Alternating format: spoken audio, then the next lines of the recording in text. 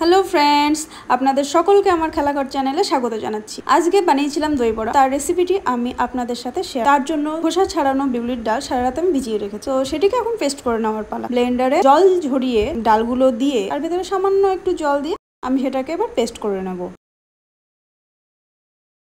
Paste খুব মিহি paste করার প্রয়োজন নেই, হালকা দানা থাকলেও চলবে।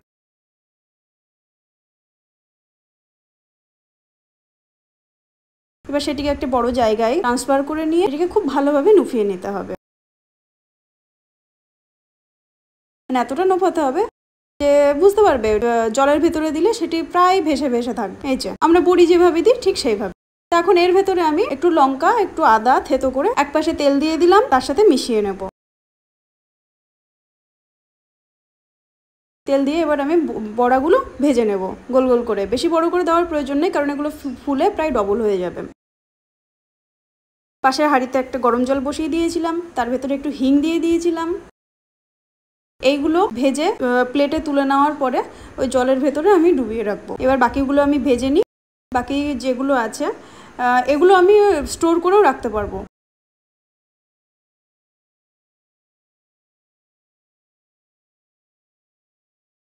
আমি এয়ারটাইট কোনো কন্টেনার ফ্রিজের মধ্যে আরামসে আমি প্রায় 2-4 দিনের জন্য রেখে দিতে পারবো। যখন ইচ্ছা হবে বের করে দইয়ের সাথে মিশিয়ে খেয়ে নিতে পারবো। আমি দইয়ের জন্য এবার দইয়ের মধ্যে একটু চিনি, একটু ভাজা জিরের গুঁড়ো এগুলো দিয়ে দইটা খুব ভালোভাবে ফেটিয়ে নেব। দই বড়াতে তো দই লাগবেই। এবার বড়াগুলো এই যে খুব সফট হয়ে গেছে, প্রচণ্ড গরম বলে আমি হাত দিতে পারছিলাম না, যদিও এটা ঠান্ডা ঠান্ডা খেতে খুব ভালো লাগে। এই যে জল ঝরিয়ে একটু চিপে নিতে হবে, জলটা চিপে নিতে হবে, তারপর প্লেটে নিয়ে নেব। জলটা ভালোভাবে চিপিয়ে প্লেটে নিয়ে নেব।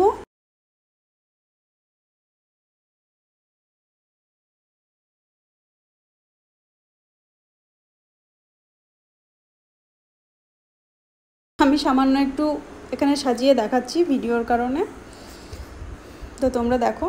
এর উপর দিয়ে সামান্য একটু দই দিয়ে দিলাম, তার সাথে আমার আছে লঙ্কার গুঁড়ো, সামান্য একটু বিট নুন, জিরা গুঁড়ো, ভাজা জিরের গুঁড়ো যেটা সেটা, তার সাথে তেঁতুলের চাটনি বাড়িতে এর উপর সামান্য একটু ভুজিয়া ছড়িয়ে দিয়ে পরিবেশন করলাম।